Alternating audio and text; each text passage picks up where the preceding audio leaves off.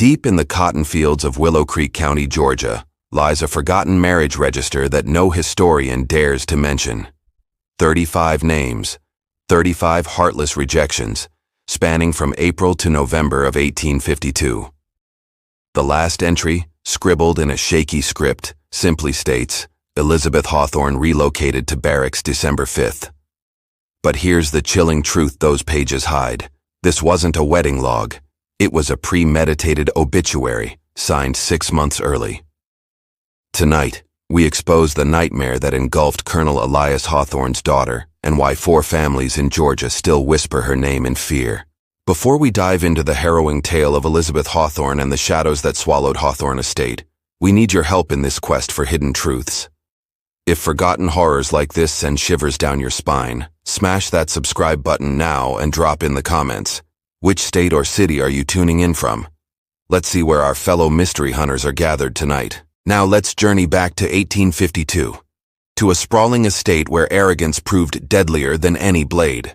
The path to Hawthorne Estate had once been the envy of Willow Creek County, flanked by towering magnolias forming a grand canopy nearly 3/4 of a mile from the highway to the manor.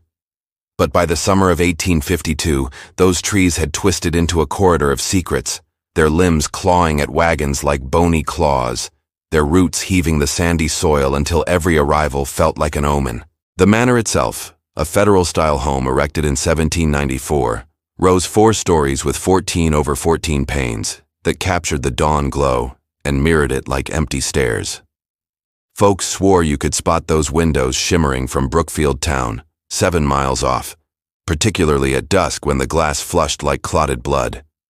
Colonel Elias Hawthorne had claimed this property from his uncle in 1836, along with 280 acres of fertile cotton land, a crew of 72 enslaved souls, and a lineage tracing to the War of 1812, where his great-uncle fought beside Perry. Elias had bolstered that heritage, enlisting in the Mexican-American War at age 52, commanding a Georgia infantry squad through the Battle of Monterey, and limping home in March of 1852 with a bayonet gash on his right jaw and the vacant gaze of someone who'd witnessed endless slaughter.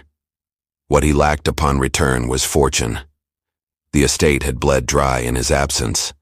Cotton markets had plummeted, and his wife Amelia had succumbed to fever in January of 1851, mere months before his arrival, saddling him with burial costs that devoured the last scraps of family wealth. But Elias Hawthorne was no quitter.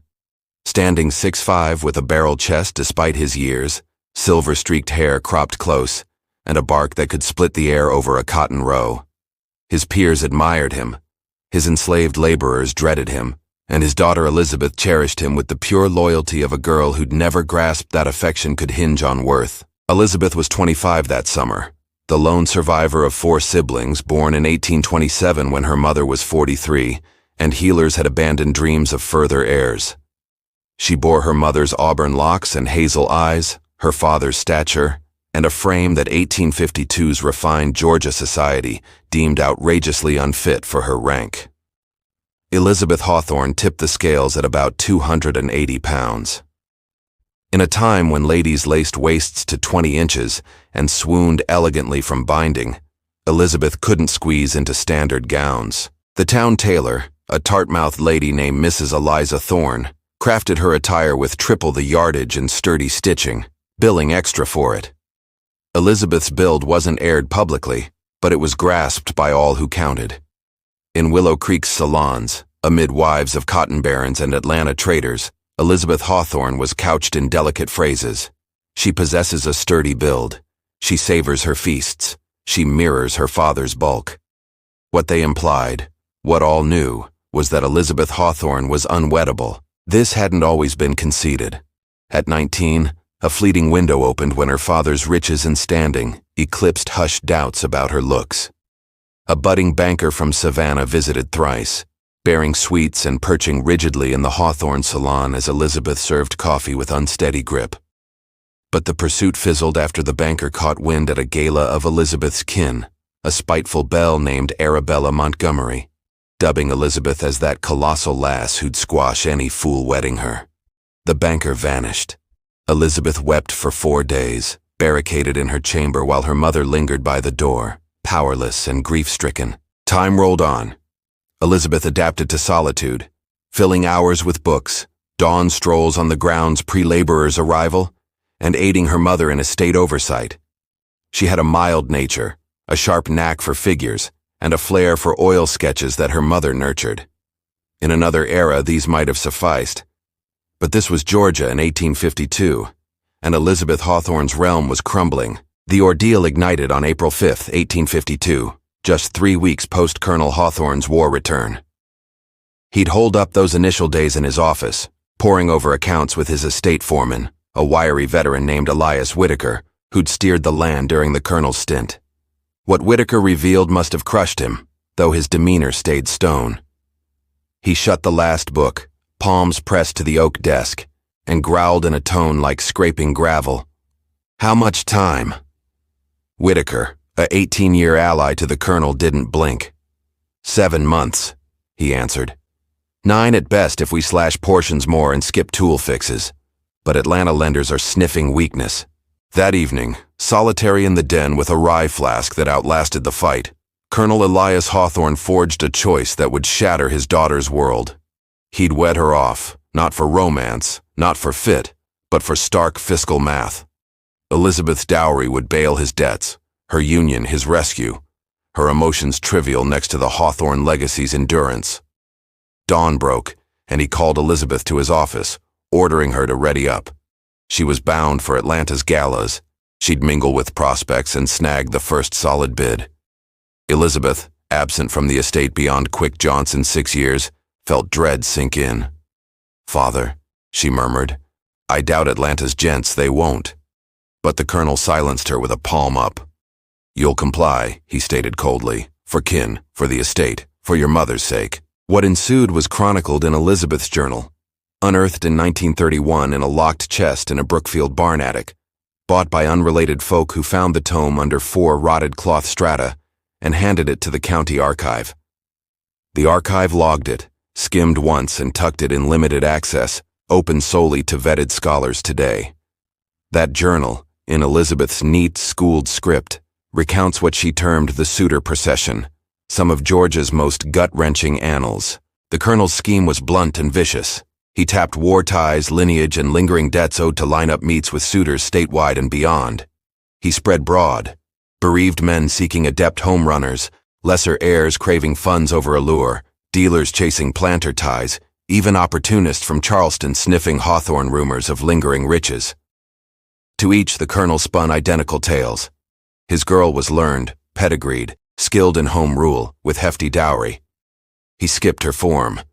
He omitted the dowry's mirage, hinged on pawning estate remnants. He hid that he was auctioning his child to the top-taker who'd bite. The initial caller came April 10, 1852. Harold Beaumont, a cotton broker from Augusta, mid-50s. Twice widowered, hunting a spouse for hearth and offspring. He rolled up in a hired rig, in a tailcoat dated a decade back, and lounged in the Hawthorne salon chatting climate and crop hauls as Elizabeth poured. She'd primped that morn in her freshest gown, a rich emerald velvet Mrs. Thorne labored 3 weeks on, and her tresses in ornate twists her attendant spent 90 minutes pinning. But Beaumont's face twitched subtly on sighting her, a jolt he veiled with business poise. The chat ran 50 minutes. Beaumont lauded the brew, mulled a trade pact with the colonel, and departed with fuzzy vows to ponder deeply. His no-note hit 4 days on, to the colonel, not Elizabeth, skirting her traits. Instead, sudden trade snags and rethink on tying knots now. Elizabeth missed the note, but caught her father's glare on reading it. Jaw locked, fists pale as he bawled and torched it. "More will come," he muttered, eyes averted. Finer fits, but finer didn't. Jonathan Hargrove, an Atlanta attorney, scarcely hid his stun meeting Elizabeth, trimming his stay to 25 minutes on sham court haste. Samuel Kingsley, a 6-kid widower needing a caretaker, endured supper rigid, bolting pre-sweets on feigned sickness. Theodore Vance, a Charleston trader who showed tipsy, cracked lewd quips, and got booted by Elias Whitaker. Each snub logged in Elizabeth's journal, sans ire or spite, but swelling defeat. Mr. Hargrove appeared gentle. She penned post-fifth no. Maybe best. His young deserve a chaser in yards, and I can't. By May's close, 15 gents had met Elizabeth Hawthorne. 15 had spurned. The colonel's frenzy showed estate-wide. He skimped grooming. Garb wrinkled, hours drowned in rye gazing at his uncle's likeness over the hearth. The enslaved, house eyes and ears, murmured. Colonel's off. Cracking inside. And a cracked Elias Hawthorne meant pain for all. The cycle ground through June and July. More setups, more staged calls, more no's. Some brutal, like Nathaniel Graves from Savannah, who bluntly told the colonel he couldn't parade such vast girth. Others veiled, like Augustus Hale from Macon, who extolled Elizabeth's wit and warmth afore claiming prior bonds. By August, tally hit 25 no's, and Elizabeth quit journaling. Last note, August 1st, 1852. I'm exhausted. Wish mother here. Wish I could vanish. Unbeknownst to Elizabeth, the no's weren't pure. Sabotage brewed, precise and lethal. From Percival Dumont, an Atlanta cotton mogul, the colonel's decade-long foe. Dumont ran mills rivaling Hawthorne's yields, had scooped the colonel's loans from minor holders, bundling them to demand full soon. But Dumont craved more than ruin, utter shame, and pinpointed Elizabeth as tool. Dumont's web spanned Georgia, debtors and obligees, deployed to seed twisted tales on Elizabeth Hawthorne. Not fabrications, but amplified cruelties timed for ears. He primed every suitor on her size pre-visit, diverted those eyeing dowry or ties with sweeter deals, even planted a thespian as caller, who feigned revulsion at Elizabeth, then broadcast yarns in Atlanta circles. By September, Elizabeth Hawthorne joked in elite rings, a gluttony fable. The colonel's mad hunts her hubby fodder for idle mockers of toppled elites. The 35th and last no fell, November 20th, 1852. Victor Langston, no gent but a Charleston swindler, scenting the colonel's plight, scheming to squeeze advance wedding funds, then ghost. Langston was dashing, dapper, soulless. He arrived with fake creds, phony roots, and con blueprint. But eyeing Elizabeth, his mask slipped. Lord, he breathed, audible to her. They undersold the horror. Elizabeth fled the space, barricaded her chamber, shunning calls even as her father hammered and commanded return to host. Langston, plot busted, bowed out fast, pocketing a gold candlestick from the salon. The colonel, in vacant salon, snapped inward. War scars, debt crush, serial shame of daughter's spurns fused to fury prime. In that blaze, Elias Hawthorne sealed a doom worse than any snub for her. That eve, office-bound, the colonel penned missives, not to callers, but Atlanta solicitors. He'd recalled a proviso in late wife Amelia's bequest, overlooked in post-death turmoil. Amelia's clan, the Fairmonts, Tidewater elites. Wed to Elias in 1825, she toted hefty dowry trust released post her passing, conditioned on heir's proper setup. Drafters vague on proper, but aim clear. Fairmonts mistrusted Elias, ensuring offspring care. Amelia died 11 months prior, trust pending as solicitors combed assets. Some neared $35,000, 1852 colossal. Debt clearing, estate reviving, issue. Elizabeth unwed, homebound, which Fairmont solicitors might deem improper. The colonel needed Elizabeth documented elsewhere, off estate, in lawyer-okayed spot. As he brooded office-bound, rye-fueled, warped mind birthed scheme. What if Elizabeth vanished?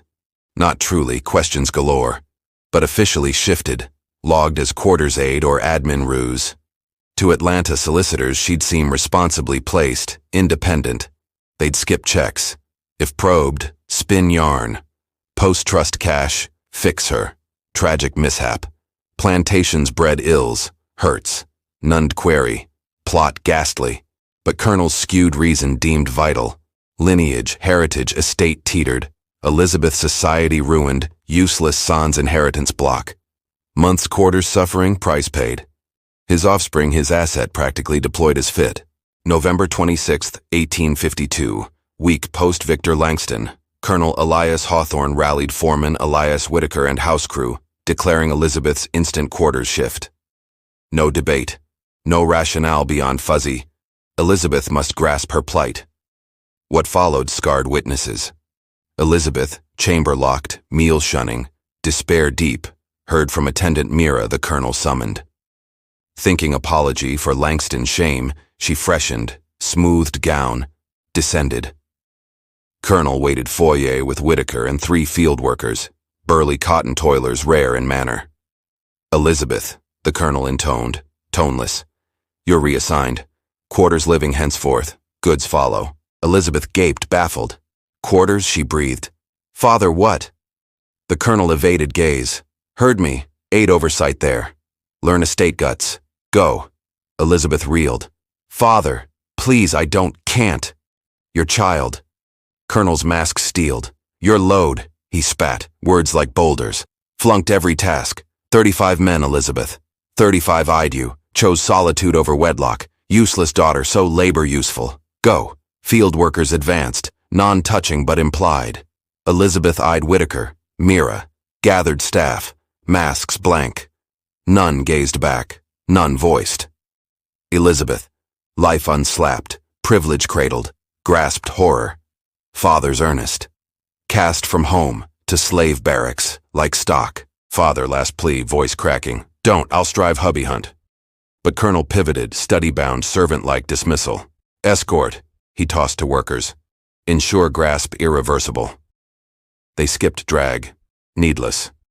Elizabeth, quake-shocked, exited manor volition-free, past steps hosting 35 spurns, down Magnolia Drive, endless-seeming quarters path bound. Mira trailed, arms clothing-laden, tears silent, Whitaker forbidden words. Staff window watched Elizabeth fade, emerald velvet clay dragged, gait wobbly, and office-bound, Colonel Elias Hawthorne rye poured, drafting Fairmont solicitors, daughter duly independent placed, trust release urged. Hawthorne Estate quarters typified 1852 Georgia. Dozen crude huts double road, central well, end communal cook-gather hall. Huts roughly 18 side 16 feet, raw timber, mud-sealed lone door window, earth floor, hearth dual heat cook. Most bunked 7-9, kin or mismatched labor tossed. Sparse, plank bed straw-topped, stools, scrap table occasional. Zero solitude, ease, room. Elizabeth hit quarters workday end, fielders cotton returning, housefolk manor wrapping. Colonel's girl approaching, own escorted, halted all. Tools fell, talks cut. All knew Elizabeth, even non-house. Spied her dawn walks, window glimpses, staff chatter. Now invading their realm, belonging foe, meaning lost. Elias Whitaker, distant trailing, shoved, fingering row-end smaller hut. There, to workers, hut housed elder Nana, estate pre-colonel, and youths Lila and Clara, laundry-bound. Whitaker crowd-addressed, voice spanning. Colonel's decree, Miss Elizabeth quarters dwells now. Respect her. No hassle, no queries. Trouble? To me. Yes, sirs, murmured. Whitaker nodded curt. Manor retreated with workers, stranding Elizabeth quarters core, 72 enslaved circling, clueless handling. Freeze moment. Then Nana, 75-ish survivor unfazed by odd, advanced from hut. Tiny, stooped, hair snow under wrap, hands knotted decades labor. Eyed Elizabeth top-bottom, luxe gown, loosening coif, puffy eyes, shaky grip. Come on, Nana firm despite years. Gawking eases not, in. Elizabeth tailed, low door ducking, scent assault, smoke wood, toil sweat, damp mold, poverty undefinable. Dim post sun, eyes adapted slow. Adapted spied Lila and Clara hearthside, 20s duo, faces guarded neutral. Nana corner gestured, 5 foot bare tween bed wall. Yours, she said. Straw bed fetch. Lila, barn grab. Lila wordless exited. Clara eyed Elizabeth's gown. Clothes change needed, soft. That day's ruin here. Elizabeth down-gazed emerald velvet, 3-month wage equivalent, absurdity striking. Nothing else, she hushed. They seized. Father, he... Voice shattered. Clara softened faint. We'll source, she said. But grasp, Miss Elizabeth, if name holds. No play. Our existence. Here true. Same codes. First night, Elizabeth sleepless. Straw lane smoke blanket cabin sounds, Nana's rumble snore. Lila Clara murmurs low. Out, kid wails, hacks, far dog yaps. Elizabeth life warmth unfelt, but hut drafty. December chill wall creeping. Blanket tugged, tears hot silent. Unreal. Not her fate. Dawn father sense return, fetch, sorry this terror. But gut deep, unprobed, Elizabeth truth knew. Not temp, not lesson. Abandonment. Dawn Nana shoulder shook. Rise, not harsh. Labor bell 25 mins. Late bad. Elizabeth up, dazed straw ache. Lila Clara gone. Labor bell, dumb repeat. Nana nodded. Laundry us cabin all. You too. Well wash face don these. Bundle. Coarse gray cotton frock wash faded. Worn boots, bandana. Elizabeth numb took. Fabric rough staring. Never laundered. Words lame. Nana unchanged. Learn, plain, or flop, work done. Elizabeth learned. Laundry Hawthorne, well haul water, iron pot fire boil, washboard scrub till hands raw bloody, tree line hang dry, endless, sheets, garb, linens basket thrice daily, relentless, learned body, once over large, heavy, excess, labor week. Day one end, back blaze, shoulders fire, blisters duel, weekend, stand bare, but unexpected shift. Women eyed her, weary curious, exotic beast potential threat harmless. Lila third day spoke direct, Elizabeth kettle collapse, pain exhaust sob. Lila knelt, checked unseen soft. Cry stop, work on, I teach sheet ring easy. Pull together, Whitaker spots, whips, daughter no matter. Elizabeth grasped, father name shield gone. Quarters, same rules, punishes, reality enslaved lifelong. Work fail? Punish. Gripe? Punish. Status demand? Worse. Community last reject. Tears dried. Lila nod. Learned ring. Weight twist versus arm raw. Agony still. Survivable. Weeks on. Elizabeth plantation girl to quarters toiler full darker main house brew. If tail grips like now. Comment theories. Elizabeth truth find? Sub so miss no history dark digs. Now. Back December 1852, Elizabeth clue stumbles father cruelty purpose specific. Mid-December, Elizabeth quarters 4 weeks, rhythm grasping. Unspoken codes, ranks, all govern. Nana cabin chief unofficial, age experience Whitaker respected. Lila practical, survive first. Clara quietest, detail sharp. Elizabeth slow pain place learn. Not colonel's girl, worker body labor cycle. But one cling. Why? Father this. New courtship rage, finance strain, but punish extreme. Needless. Kin send or service degrade, not brutal. Quarters why? Life erasure why? Questions night gnaw, straw stare, sense seek. Answer dawned, December 22nd, 1852. Mira, former maid quarters Aaron main house. Mira Elizabeth since 18, dressed 35 shame visits, held post no sobs. Mira laundry kettles, Elizabeth sight, paled, basket down, checked main unseen, well-approached water draw Elizabeth. Miss Elizabeth, Mira urgent whisper. Must tell, forbidden, Whitaker said. Whip risk, but no need. Elizabeth heart race. What? Low voice. Mira reglance, quick speak. Father Atlanta solicitors letters. I post them. Mother's bequest trust kin. Heard Whitaker talk last week. You elsewhere established funds free. Miss Elizabeth think quarters placed lawyers tell away main. Lying where? Elizabeth world tilt. Stealing mother's bequest. Slow. Trust me kids provide. Convince cared for. He grabs. Mira tear nod. More. Whisper. Heard Whitaker. Funds through. One arrange more. Miss Elizabeth. Fear you. Planning worse. Footsteps near. Mira basket snatch. Hurried. Leaving Elizabeth well side. Horror crystal mind. Father not abandon.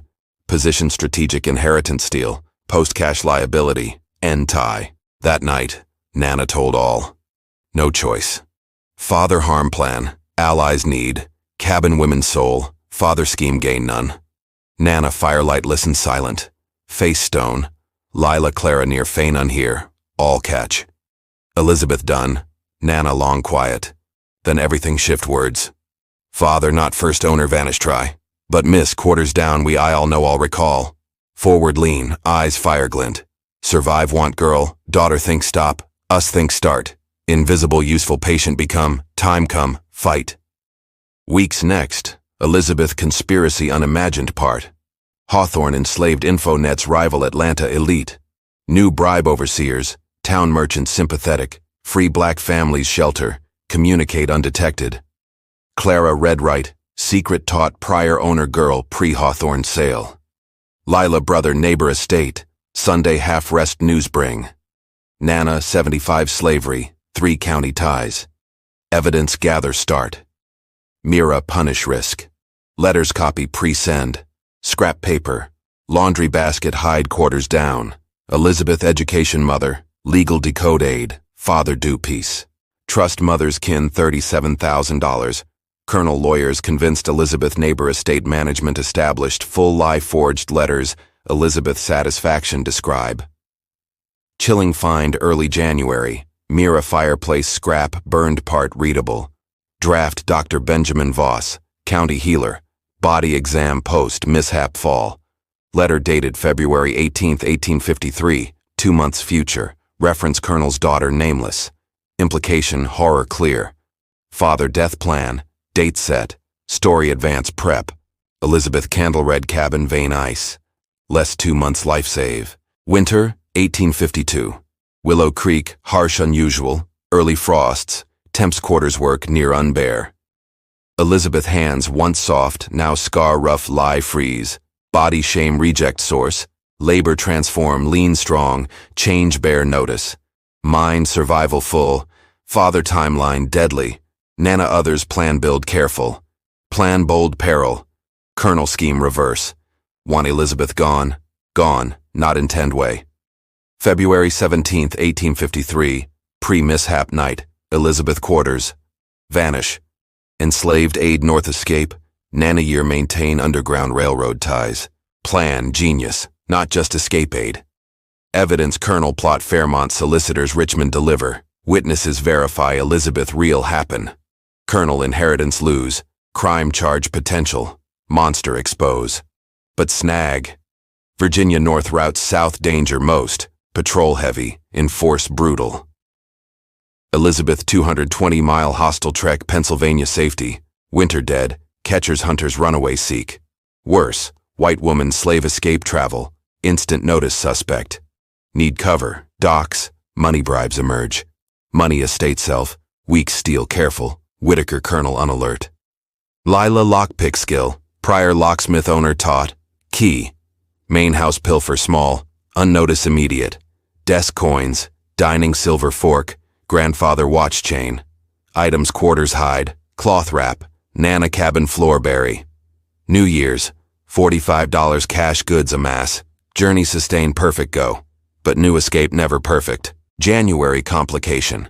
Elias Whitaker, 18-year colonel overseer, suspect brew. Noted Elizabeth quarters. Adapt well. Less broken desperate expect. Household odd miss items. Whitaker no fool. New enslaved resist escape watch. Quarters patrol up. Cabin random search. New rule. Dark post quarters leave permission explicit. Enforce neighbor borrow guard dogs. Dogs everything change. Elizabeth night walk no. Escape trigger instant chase. Dogs hour trek. Nana, Lila, Clara emergency meet cabin January 31st night. Wind howls snow wall pile. Diversion need. Nana final. Big attention draw quarters hours. Head start give. Lila instant grasp. Fire. Quiet. Burn matter thing chaos create no kill. Cotton shed or tool barn. Clara headshake. Risk high. Death any quarters hang all. Accident look time give. Elizabeth dread grow listen. Spoke. Main house. 3-turn look. Not full burn. Smoke panic enough. Structure spare. House no best. Father papers money evidence where. Confusion in. Need take. Him nothing leave. Nana study long. Slow nod. Changed. Not unkind. 2 months back father betray suggest never. Elizabeth face hard. 2 months back father thought. Now no man kill me money for. Plan solid 2 weeks. Night, February 16th, 1853. Kitchen chimney fire control start. Lila. Chaos. Household field firefight mobilize. Elizabeth servant enter. Colonel study hit. Doc steal. Lawyer letters. Trust papers. Mishap draft. Safe cash. 40 minutes maybe pre-fire control. Question start. But February brought ice-cold road impasse near. Quarters tension unbearable. All plan sense. Details few know. Kids parent nerve sense. Quiet watch. Field men Whitaker back glance exchange. Main house Colonel Elias Hawthorne prep own daughter demise timeline hone. Prior done suggest. February 12th 5 days pre-escape. Mira news devastate. Colonel schedule up. Elizabeth mishap now February 15th not 18th. Voss letter available 15th body exam. Site unstable enslaved worker concern. Implication. Claim Elizabeth attack. Quarters mad. Self-defense kill. Story perfect his view. State look questions explain. Legal cover death. 3 days. 3 finalize. Courage gather. Execute escape life save or involve all kill. Wait all press. Elizabeth special. Ask women everything risk her. White privilege lev they bondage suffer. Why help? Elizabeth Nana ask January 13th night. Fire dying cabin sit. Oh nothing. Fail this. Punish all. Risk why? Nana long ember stare. Spoke soft steady.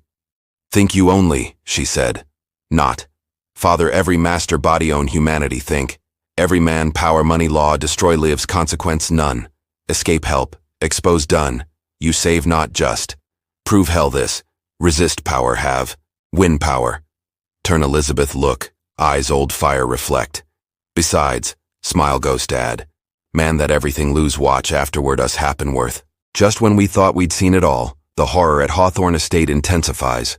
If this story's giving you chills, share this video with a friend who loves dark mysteries, hit that like button to support our content, and don't forget to subscribe to never miss stories like this.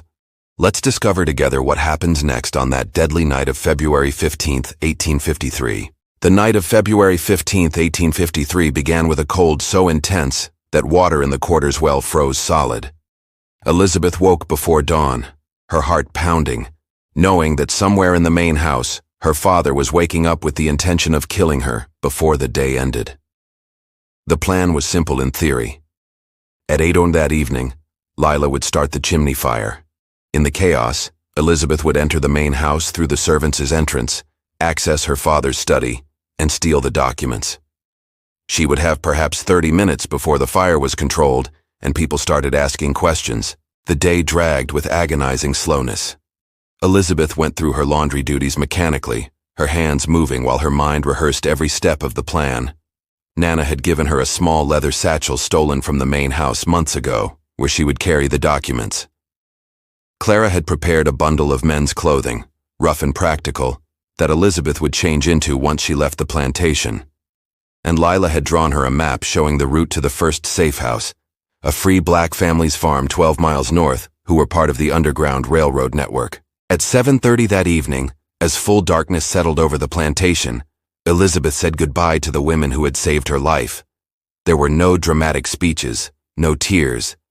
Nana simply squeezed her hand and said, "Remember what we taught you. Stay quiet, move fast, and trust no one except the people whose names I gave you." Lila handed her the satchel and the clothing bundle. Clara gave her a small knife, barely longer than her palm, but wickedly sharp. "Just in case," she said quietly. Elizabeth nodded, unable to speak past the lump in her throat, and slipped out of the cabin into the freezing night. At exactly 8:20 as Elizabeth crouched in the shadows behind the main house, she saw smoke begin to pour from the kitchen chimney, thick and black and unmistakable. Within minutes, someone in the house was shouting, and the alarm bell that usually summoned workers to emergency tasks began clanging frantically. Elizabeth watched as people poured out of the main house. Servants, Whitaker, the colonel himself in his nightshirt, all of them running toward the kitchen wing with buckets and blankets. She waited 30 seconds more, counting in her head, then slipped through the servants' entrance and moved quickly through the dark corridors toward her father's study. The study door was locked, but Lila had taught her the basics of lockpicking. and Elizabeth's educated fingers were dexterous enough to manage the simple mechanism. The door clicked open and she was inside, closing it softly behind her. The room was lit only by moonlight through the windows, casting everything in silver and shadow. Elizabeth went directly to the desk where her father kept his current correspondence in a wooden box. She dumped the entire contents into her satchel without reading them. Then she moved to the bookshelf, where she knew he kept the family safe hidden behind a false panel. Getting the safe open was harder. She did not know the combination, and there was no time to try to figure it out. In desperation, she grabbed a heavy brass candlestick from the desk and smashed it against the safe's lock once, twice, 3 times. The sound was horrifyingly loud, but outside, the chaos of the fire was creating enough noise to mask it. On the 4th strike, the lock mechanism broke and the safe door swung open. Inside was exactly what she needed. Bundles of cash, her mother's jewelry, the official trust documents, and most damningly, a journal where her father had documented his entire plan in meticulous detail, including the date of her planned death and the name of the accomplice he had hired to make it look like an accident. Elizabeth was stuffing everything into the satchel when she heard footsteps in the corridor outside. Heavy footsteps, moving fast. She froze, her hand on the knife Clara had given her, her heart hammering so hard she thought it might burst. The footsteps stopped outside the study door. There was a pause, and then the door handle began to turn. Elizabeth pressed herself against the wall behind the door. The knife raised, every muscle tensed. The door opened, and a figure stepped inside, silhouetted against the corridor lamplight. It was Elias Whitaker. He stood in the doorway looking at the ransacked desk and the broken safe, and then his eyes adjusted to the darkness and found Elizabeth pressed against the wall with the knife in her hand. For a long moment, neither of them moved. Then Whitaker said very quietly, "I wondered if you'd have the spine to do it." Elizabeth did not lower the knife. "Don't try to stop me," she said, her voice steadier than she felt. "I know what my father's planning. I have proof and I'm leaving tonight." Whitaker looked at her for another long moment, then did something Elizabeth never expected. He stepped aside from the doorway and gestured toward the corridor. "Then you'd better hurry," he said. "The fire's almost out, and when the colonel realizes you're gone, he'll send the dogs after you within the hour." Elizabeth stared at him, confused and suspicious. "Why are you helping me?" Whitaker's expression was unreadable. "Because I've worked for your father for 18 years, he said quietly. "And I'm tired of burying the people he decides are inconvenient. There's a grave in the woods behind the quarters, unmarked, where he made me bury a slave woman who threatened to report him to the authorities for something he did. That was 12 years ago, and I've lived with that ever since. I won't help him do it again." He reached into his coat and pulled out a folded paper. "This is a pass signed by the colonel. It says you're traveling on plantation business. It won't hold up to serious scrutiny, but it might get you past casual patrols. Now go before I change my mind." Elizabeth ran. She ran through the corridors of the house where she had spent her entire life, past the parlor where 35 men had rejected her, past the dining room where she had eaten 1,000 meals, past her old bedroom where she had cried herself to sleep. After each humiliation, she ran out the front door down the Magnolia Drive, past the quarters where Nana and Lila and Clara would be waiting anxiously for news. She ran north toward the road that led away from Hawthorne Estate, clutching the satchel with her father's crimes documented inside, wearing the rough men's clothing Clara had given her, with Whitaker's forged pass in her pocket, and fear driving every step. Behind her, as she reached the main road and turned north, she heard the dogs begin to bark. Her father had discovered she was gone. The hunt had begun, but Elizabeth had a 30-minute head start. She had money and documents, she had a map and directions, and most importantly, she had something she had never had before. The knowledge that she was not alone, that there were people who would risk everything to help her survive, and that her father's power was not absolute. She ran through the freezing February night, her breath coming in ragged gasps, her body screaming with exhaustion, but her mind clear and focused. She was going to live. She was going to expose him. And she was going to win. The journey north took Elizabeth 4 weeks, traveling mostly at night, hiding during the day in barns and root cellars and safe houses, guided by people whose names she never learned and faces she would never forget. The Underground Railroad moved her from Georgia through South Carolina and into Pennsylvania, passing her from one set of hands to another, like a precious and dangerous secret. She traveled as a young man, her hair cut short with the knife Clara had given her, her body lean and hard from months of labor, her voice kept deliberately low and rough. She was searched twice by slave patrols, and both times, Whitaker's forged pass saved her, though her hands shook so badly she could barely hold the paper. She reached Philadelphia on March 7, 1853, half frozen and half starved, but alive. The first thing she did was find a lawyer, a Quaker abolitionist named Samuel Whitaker, who specialized in cases involving fugitive slaves and disputed inheritances. She showed him everything: the documents from her father's safe, the journal detailing his plan to kill her, the letters he had written to the Fairmont family lawyers lying about her situation, and the testimony she had written out during her journey about everything that had happened. Samuel Whitaker read it all in silence, his face growing darker with each page, and when he finished he looked at Elizabeth and said simply, "We are going to destroy him." The legal battle that followed lasted 10 months and became one of the most scandalous cases in Georgia history. The Fairmont family lawyers, horrified by the evidence Elizabeth presented, immediately froze the trust funds and opened a criminal investigation into Colonel Hawthorne's actions. The testimony from Mira, Lila, Nana, and even Elias Whitaker, all given under oath and at great personal risk, corroborated every detail of Elizabeth's story. The journal was the most damning evidence written in the colonel's own hand, describing his daughter as an expensive burden and detailing his plan to resolve the situation permanently. Colonel Elias Hawthorne was arrested in April of 1853 and charged with attempted murder, fraud, and conspiracy. The trial took place in Atlanta in October, and it captivated the entire state. Here was a wealthy plantation owner, a war hero, a man of supposedly impeccable character, exposed as a monster who had tried to murder his own daughter for an inheritance. The jury deliberated for less than 5 hours before finding him guilty on all charges. He was sentenced to 25 years in prison, a sentence he would never complete. Colonel Elias Hawthorne died of typhoid in the Atlanta City Jail in March of 1855, alone and unmourned, his name forever synonymous with cruelty and greed. The trust money, all $37,000, was released to Elizabeth in December of 1853. She used part of it to purchase the freedom of Nana, Lila, Clara, and Mira, a transaction that required complex legal maneuvering, but which Samuel Whitaker managed to accomplish. She also purchased the freedom of 18 other enslaved people from Hawthorne Estate, prioritizing families and those who had helped her during her time in the quarters. The plantation itself was sold to pay the colonel's debts and legal fees, and the remaining enslaved workers were scattered to other plantations, or in some cases sold south to the cotton fields of the Deep South, a fate that haunted Elizabeth for the rest of her life. Elizabeth never returned to Georgia.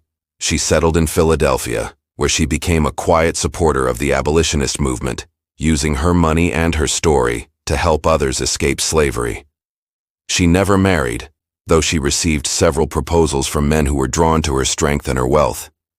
She would smile and decline politely, saying that she had learned to value her independence too much to surrender it.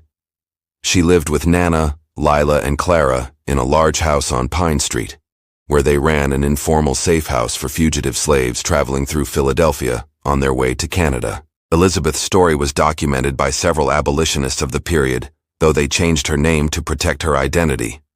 She appears in the journals of William Lloyd Garrison as Miss E., a Georgia refugee who had experienced slavery firsthand, despite being white and wealthy. Frederick Douglass mentioned her in passing in a speech in 1856, describing her as a woman who learned that oppression recognizes no boundaries of race when money and power are at stake. But Elizabeth herself rarely spoke publicly about her experience. The trauma of those months, the betrayal by her father, the violence she had witnessed and barely escaped, had left scars that never fully healed. Nana lived until 1868, dying at the age of 91, free for the last 15 years of her life.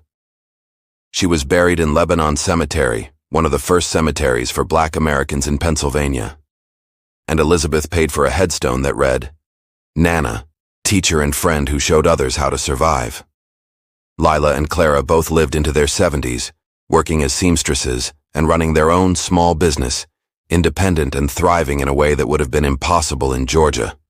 Mira married a freedman from Boston and moved there in 1857, but she and Elizabeth continued to correspond until Elizabeth's death. Elizabeth Hawthorne died on July 22, 1894, at the age of 67. She had outlived her father by nearly 40 years, had built a life of purpose and dignity, and had helped hundreds of enslaved people find freedom.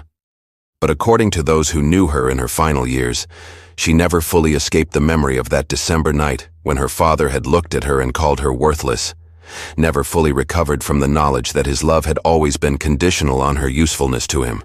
She kept her mother's jewelry until the end, the pieces she had stolen from her father's safe, and when she died, she left instructions that they be sold and the money donated to schools for formerly enslaved children. The historical record of Elizabeth Hawthorne is fragmentary and deliberately obscured. The court documents from her father's trial were sealed in 1856 at the request of the Fairmont family, who wanted to avoid further scandal. They remained sealed until 1973, when a historian researching Georgia plantation families stumbled upon them by accident and was shocked by what they contained. Elizabeth's diary, the one discovered in 1931, has never been fully published, though excerpts have appeared in academic papers about women's experiences in antebellum Georgia. And Hawthorne Estate itself was burned to the ground in 1870 during the final weeks of Reconstruction, destroyed by federal troops who used it as a temporary headquarters and then torched it when they moved on, eliminating most of the physical evidence of the Hawthorne family's crimes. But the story survives in fragments and whispers, in court records and abolition journals, in the memories of families whose ancestors were freed by Elizabeth's money or sheltered in her house.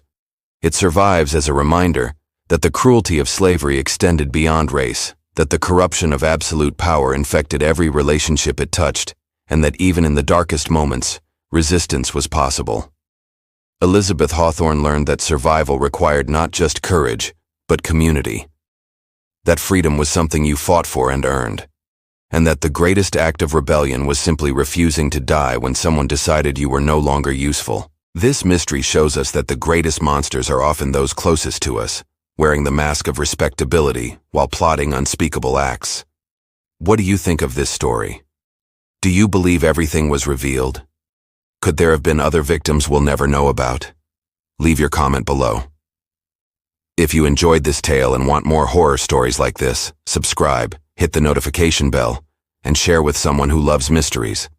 The truth may be buried, but it never truly disappears. See you in the next video.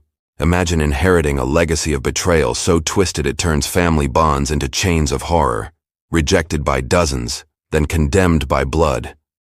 If you're hooked on tales where history's darkest secrets claw their way to light, buckle up. This one's about to drag you into the abyss of a forgotten American nightmare. And that's the chilling end to one of history's most buried betrayals. Did this story leave you questioning the monsters hiding in plain sight? Drop your wildest theories below. What if there were more secrets the records missed? Smash like if it gripped you, subscribe for weekly dives into America's shadowed past, and share with a friend who thrives on true crime chills. Until next time, keep digging for the truth. It's out there, waiting.